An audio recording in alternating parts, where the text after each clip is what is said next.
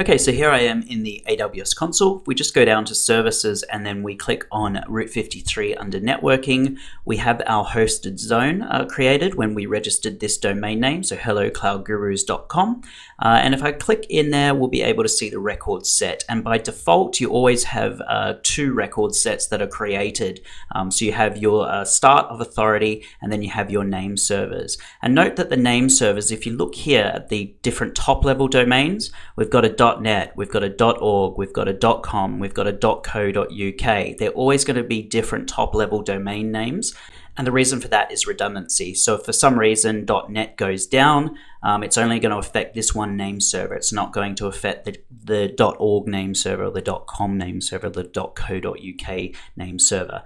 So this is a very simple record set. What we need to now do is link this DNS record to our EC2 instances.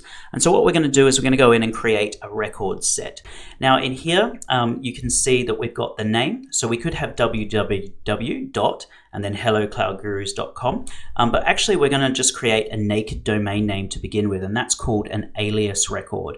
So if you hover over it, it says specify whether you want this record set to be an alias for an AWS resources. An alias record is similar in some ways to a CNAME record set. One of the differences is that you can create an alias for the zone apex, and by that, the zone apex, they just mean the naked domain name. The naked domain name is just there's nothing in front of hellocloudgurus.com. So there's no www, there's no mail.hellocloudgurus.com, there's no sales.hellocloudgurus.com. It's literally, if you type this in, it will resolve to that domain name. So we do want an alias in this case.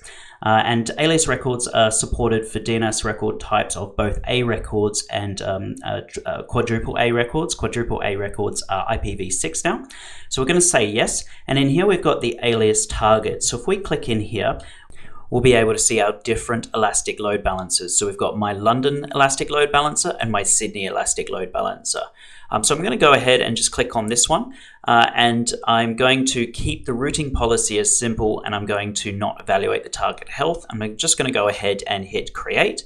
And so now basically my it's created here. The type is an A record. It's actually just an alias, and it's pointing to the DNS name of my elastic load balancer. So if every time somebody wants to go to hellocloudgurus.com, that is going to point them to the DNS name of my elastic load balancer. Remember that load balancers do not have IP4 addresses as such. That's all managed by Amazon. You can only resolve an elastic load balancer by going to its DNS name, and that comes up in all the exams all the time, so do remember that.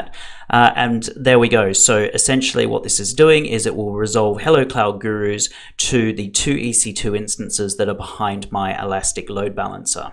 And so now let's test this. So if I open up a new tab and I type in hellocloudgurus.com and hit enter, there we go. I've hit London Web Server 2. If I refresh this a couple of times, there we go. I'm hitting 1 and 2, 1 and 2, 1 and 2. So it's just basically, essentially, the DNS is resolving to my elastic load balancer, which has two EC2 instances behind it. The routing policy is simple, so it's basically effectively a round robin, essentially. And there's no intelligence built into it whatsoever. So in the next lab, we're going to look at weighted routing policies. So if you've got the time, join me in the next lecture. Thank you.